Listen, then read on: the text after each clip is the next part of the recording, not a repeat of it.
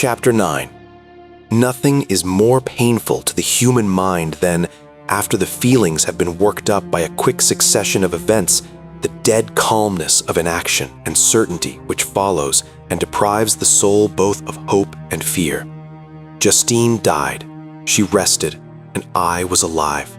The blood flowed freely in my veins, but a weight of despair and remorse pressed on my heart which nothing could remove. Sleep fled from my eyes. I wandered like an evil spirit, for I had committed deeds of mischief beyond description horrible, and more, much more, I persuaded myself, was yet behind. Yet my heart overflowed with kindness and the love of virtue. I had begun life with benevolent intentions and thirsted for the moment when I should put them in practice and make myself useful to my fellow beings. Now all was blasted. Instead of that serenity of conscience which allowed me to look back upon the past with self-satisfaction and from thence to gather promise of new hopes, I was seized by remorse and the sense of guilt, which hurried me away to a hell of intense tortures such as no language can describe. This state of mind preyed upon my health, which had perhaps never entirely recovered from the first shock it had sustained. I shunned the face of man. All sound of joy or complacency was torture to me. Solitude was my only consolation.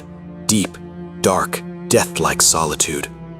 My father observed with pain the alteration perceptible in my disposition and habits, and endeavored by arguments deduced from the feelings of his serene conscience and guiltless life to inspire me with fortitude and awaken in me the courage to dispel the dark cloud which brooded over me. "Do you think, Victor," said he, "that I do not suffer also? No one could love a child more than I loved your brother." Tears came into his eyes as he spoke. "But is it not a duty to the survivors that we should refrain from augmenting their unhappiness by an appearance of immoderate grief? It is also a duty owed to yourself, for excessive sorrow prevents improvement or enjoyment, or even the discharge of daily usefulness, without which no man is fit for society." This advice, although good, was totally inapplicable to my case. I should have been the first to hide my grief and console my friends if remorse had not mingled its bitterness and terror its alarm with my other sensations. Now I could only answer my father with a look of despair and endeavor to hide myself from his view. About this time, we retired to our house at Bellerive. This change was particularly agreeable to me. The shutting of the gates regularly at 10 o'clock and the impossibility of remaining on the lake after that hour had rendered our residence within the walls of Geneva very irksome to me. I was now free. Often, after the rest of the family had retired for the night, I took the boat and passed many hours upon the water. Sometimes, with my sails set, I was carried by the wind, and sometimes, after rowing into the middle of the lake, I left the boat to pursue its own course and gave way to my own miserable reflections. I was often tempted, when all was at peace around me, and I the only unquiet thing that wandered restless in a scene so beautiful and heavenly, if I except some bat or the frogs, whose harsh and interrupted croaking was heard only when I approached the shore. Often, I say, I was tempted to plunge into the silent lake, that the waters might close over me and my calamities forever. But I was restrained when I thought of the heroic and suffering Elizabeth, whom I tenderly loved and whose existence was bound up in mine. I thought also of my father and surviving brother. Should I by my base desertion leave them exposed and unprotected to the malice of the fiend whom I had let loose among them? At these moments I wept bitterly and wished that peace would revisit my mind only that I might afford them consolation and happiness. But that could not be. Remorse extinguished every hope. I had been the author of unalterable evils, and I lived in daily fear lest the monster whom I had created should perpetrate some new wickedness. I had an obscure feeling that all was not over, and that he would still commit some signal crime, which by its enormity should almost efface the recollection of the past. There was always scope for fear, so long as anything I loved remained behind. My abhorrence of this fiend cannot be conceived. When I thought of him, I gnashed my teeth, my eyes became inflamed, and I ardently wished to extinguish that life which I had so thoughtlessly bestowed. When I reflected on his crimes and malice, my hatred and revenge burst all bounds of moderation. I would have made a pilgrimage to the highest peak of the Andes, could I, when there, have precipitated him to their base. I wished to see him again, that I might wreak the utmost extent of abhorrence on his head, and avenge the deaths of William and Justine. Our house was the house of mourning. My father's health was deeply shaken by the horror of the recent events. Elizabeth was sad and desponding. She no longer took delight in her ordinary occupations. All pleasure seemed to her sacrilege towards the dead. Eternal woe and tears she then thought was the just tribute she should pay to innocence so blasted and destroyed. She was no longer that happy creature who in earlier youth wandered with me on the banks of the lake and talked with ecstasy of our future prospects.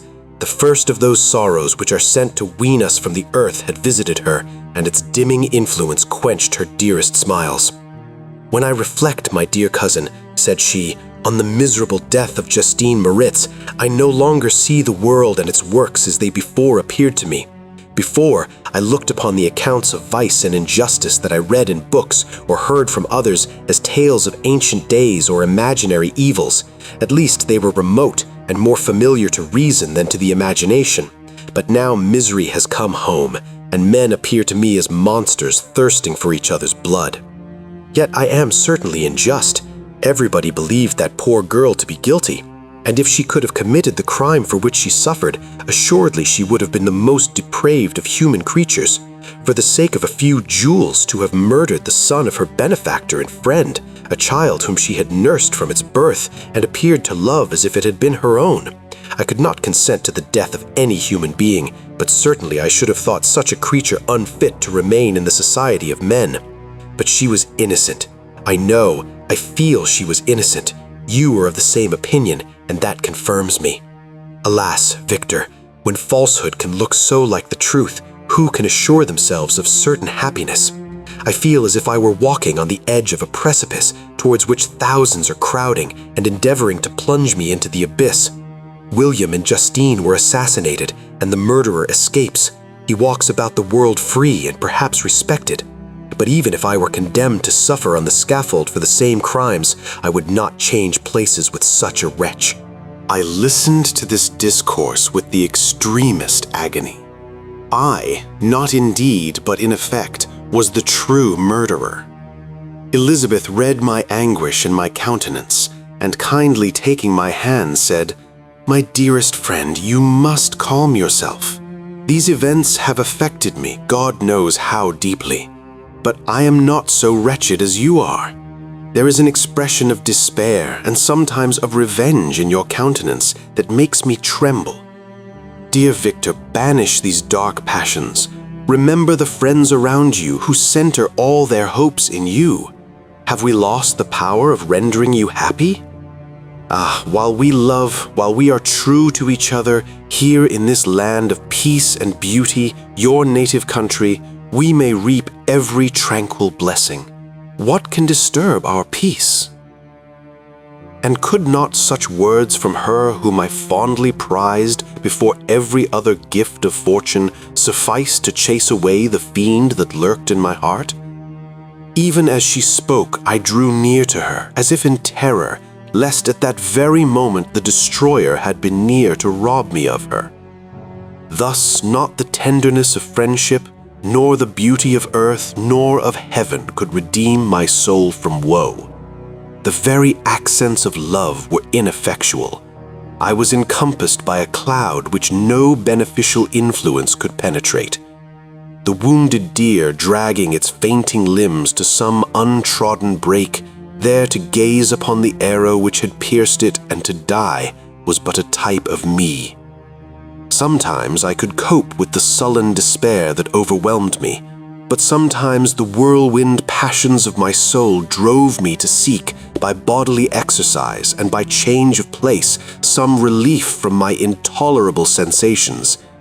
It was during an access of this kind that I suddenly left my home, and bending my steps towards the near alpine valleys, sought in the magnificence, the eternity of such scenes, to forget myself and my ephemeral because human sorrows.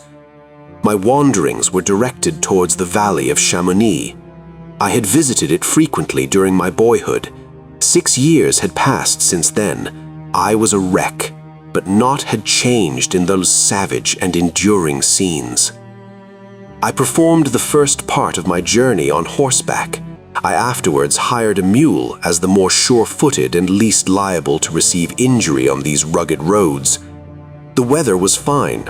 It was about the middle of the month of August, nearly 2 months after the death of Justine, that miserable epoch from which I dated all my woe.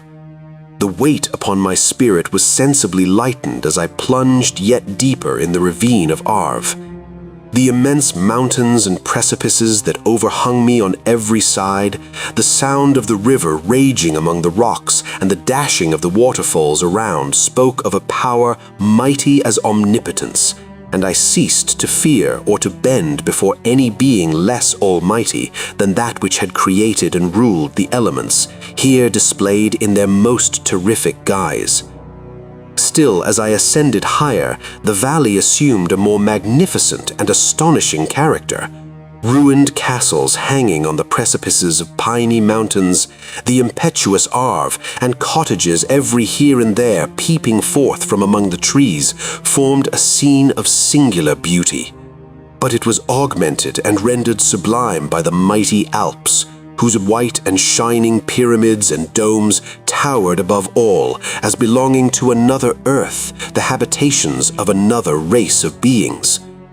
I passed the bridge of Pélissier, where the ravine which the river forms opened before me, and I began to ascend the mountain that overhangs it. Soon after, I entered the valley of Chamonix. This valley is more wonderful and sublime, but not so beautiful and picturesque as that of Servox, through which I had just passed. The high and snowy mountains were its immediate boundaries, but I saw no more ruined castles and fertile fields. Immense glaciers approached the road. I heard the rumbling thunder of the falling avalanche and marked the smoke of its passage. Mont Blanc, the supreme and magnificent Mont Blanc, raised itself from the surrounding aiguilles, and its tremendous dome overlooked the valley. A tingling, long-lost sense of pleasure often came across me during this journey. Some turn in the road, some new object suddenly perceived and recognized, reminded me of days gone by and were associated with the light-hearted gaiety of boyhood. The very winds whispered in soothing accents, and maternal nature bade me weep no more.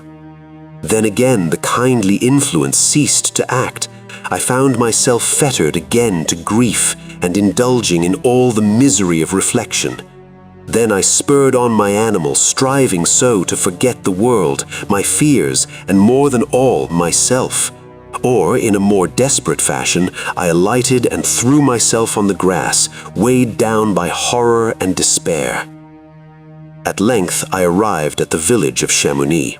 Exhaustion succeeded to the extreme fatigue both of body and mind which I had endured.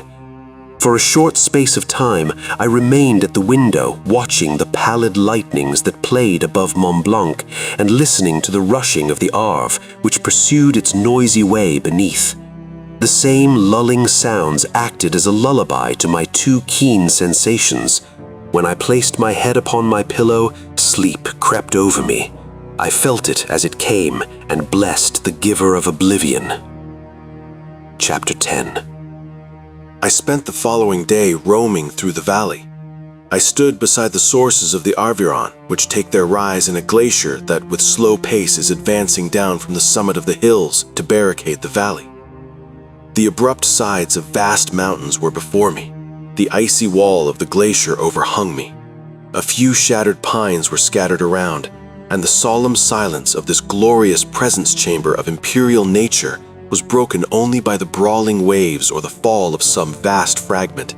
The thunder sound of the avalanche or the cracking reverberated along the mountains of the accumulated ice, which, through the silent working of immutable laws, was ever and anon rent and torn, as if it had been but a plaything in their hands.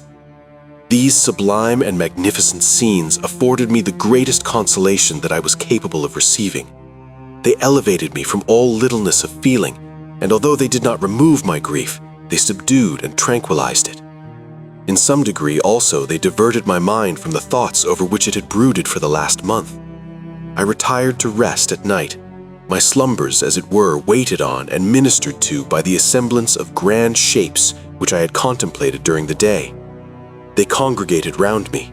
The unstained, snowy mountaintop, the glittering pinnacle, the pine woods and ragged bare ravine, the eagle soaring amidst the clouds, they all gathered round me and bade me be at peace. Where had they fled when the next morning I awoke? All of soul-inspiring fled with sleep, and dark melancholy clouded every thought.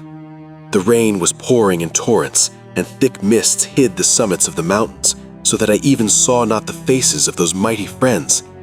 Still, I would penetrate their misty veil and seek them in their cloudy retreats. What were rain and storm to me? My mule was brought to the door, and I resolved to ascend to the summit of Montanvert. I remembered the effect that the view of the tremendous and ever-moving glacier had produced upon my mind when I first saw it. It had then filled me with a sublime ecstasy that gave wings to the soul and allowed it to soar from the obscure world to light and joy. The sight of the awful and majestic in nature had indeed always the effect of solemnizing my mind and causing me to forget the passing cares of life. I determined to go without a guide, for I was well acquainted with the path, and the presence of another would destroy the solitary grandeur of the scene. The ascent is precipitous, but the path is cut into continual and short windings, which enable you to surmount the perpendicularity of the mountain. It is a scene terrifically desolate. In 1,000 spots the traces of the winter avalanche may be perceived, where trees lie broken and strewn on the ground, some entirely destroyed, others bent, leaning upon the jutting rocks of the mountain, or transversely upon other trees. The path, as you ascend higher, is intersected by ravines of snow, down which stones continually roll from above. One of them is particularly dangerous, as the slightest sound, such as even speaking in a loud voice, produces a concussion of air sufficient to draw destruction upon the head of the speaker. The pines are not tall or luxuriant, but they are somber and add an air of severity to the scene. I looked on the valley beneath. Vast mists were rising from the rivers which ran through it and curling in thick wreaths around the opposite mountains, whose summits were hid in the uniform clouds, while rain poured from the dark sky and added to the melancholy impression I received from the objects around me. Alas, why does man boast of sensibilities superior to those apparent in the brute? It only renders them more necessary beings. If our impulses were confined to hunger, thirst, and desire, we might be nearly free. But now we are moved by every wind that blows, and a chance word or scene that word may convey to us. We rest. A dream has power to poison sleep. We rise. One wandering thought pollutes the day. We feel, conceive, or reason, laugh or weep, embrace fond woe, or cast our cares away. It is the same, for be it joy or sorrow, the path of its departure still is free.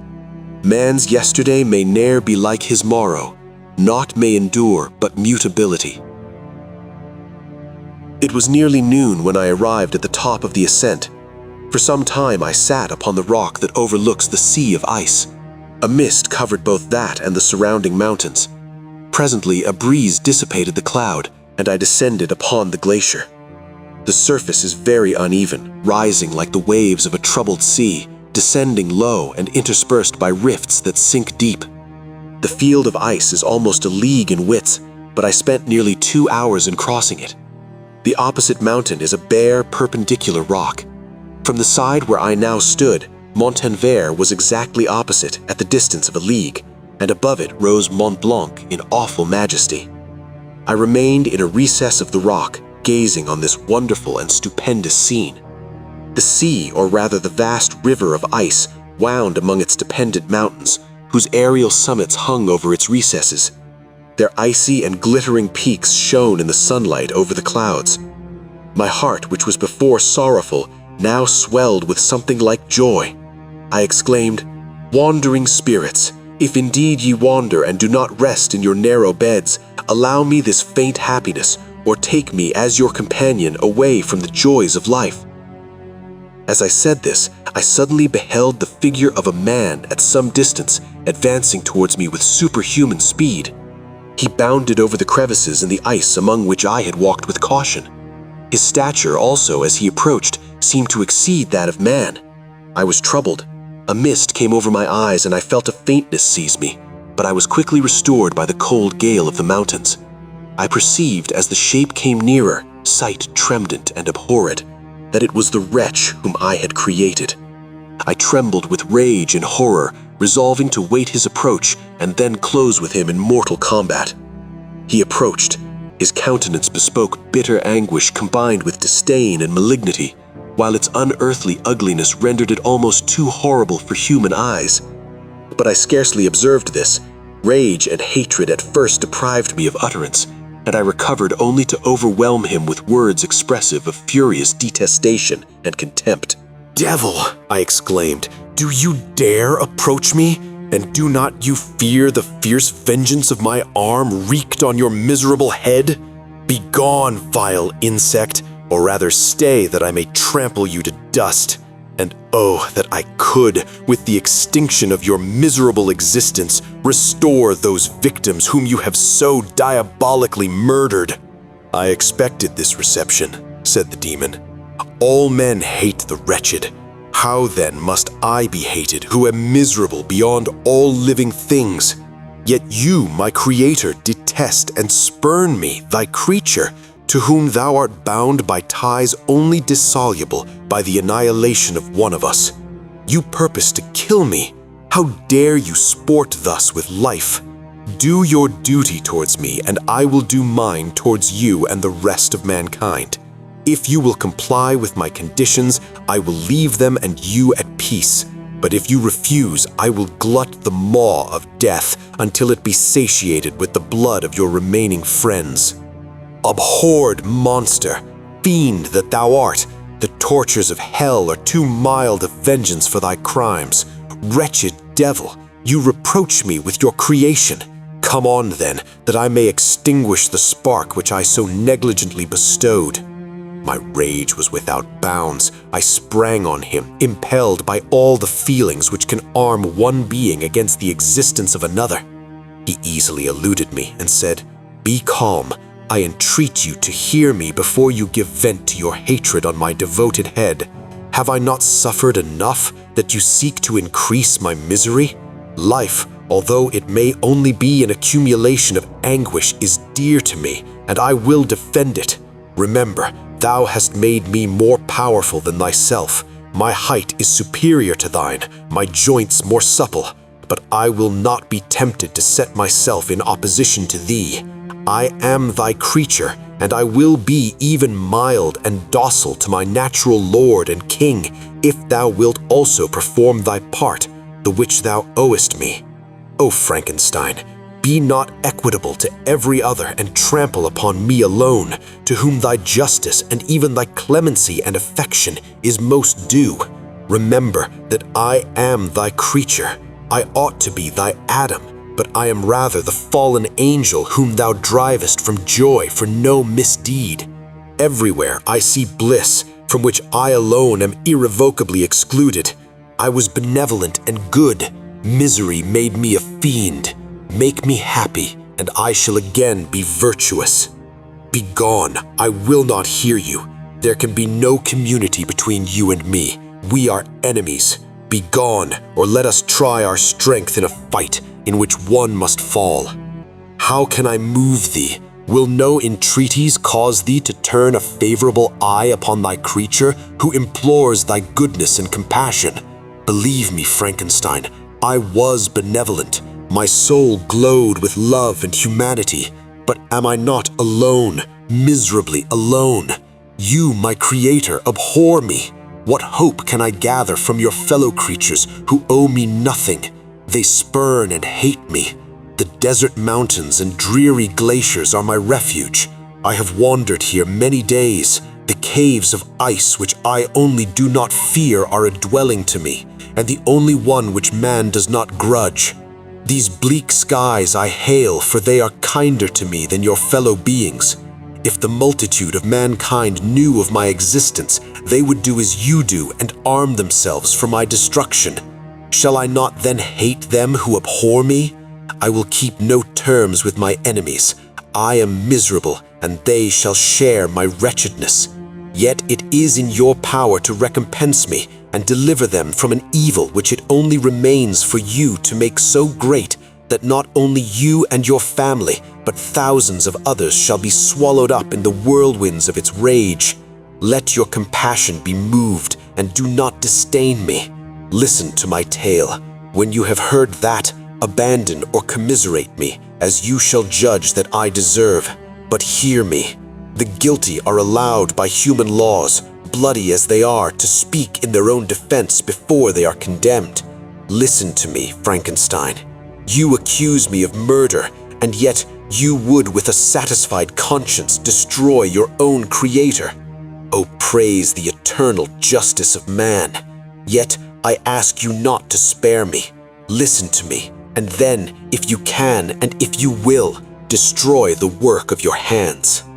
Why do you call to my remembrance, I rejoined, circumstances of which I shudder to reflect that I have been the miserable origin and author? Cursed be the day, abhorred devil, in which you first saw light. Cursed, although I curse myself, be the hands that formed you. You have made me wretched beyond expression. You have left me no power to consider whether I am just to you or not. Begone, relieve me from the sight of your detested form. Thus I relieve thee, my creator, he said, and placed his hated hands before my eyes, which I flung from me with violence. Thus I take from thee a sight which you abhor. Still, thou canst listen to me and grant me thy compassion. By the virtues that I once possessed, I demand this from you. Hear my tale. It is long and strange, and the temperature of this place is not fitting to your fine sensations. Come to the hut upon the mountain. The sun is yet high in the heavens, before it descends to hide itself behind your snowy precipices and illuminate another world. You will have heard my story and can decide. On you it rests whether I quit forever the neighborhood of man and lead a harmless life, or become the scourge of your fellow creatures and the author of your own speedy ruin. As he said this, he led the way across the ice. I followed. My heart was full, and I did not answer him, but as I proceeded, I weighed the various arguments that he had used and determined at least to listen to his tale. I was partly urged by curiosity, and compassion confirmed my resolution. I had hitherto supposed him to be the murderer of my brother, and I eagerly sought a confirmation or denial of this opinion. For the first time also, I felt what the duties of a creator towards his creature were, and that I ought to render him happy before I complained of his wickedness. These motives urged me to comply with his demand. We crossed the ice, therefore, and ascended the opposite rock. The air was cold, and the rain again began to descend. We entered the hut, the fiend with an air of exultation, I with a heavy heart and depressed spirits. But I consented to listen, and seating myself by the fire which my odious companion had lighted, he thus began his tale.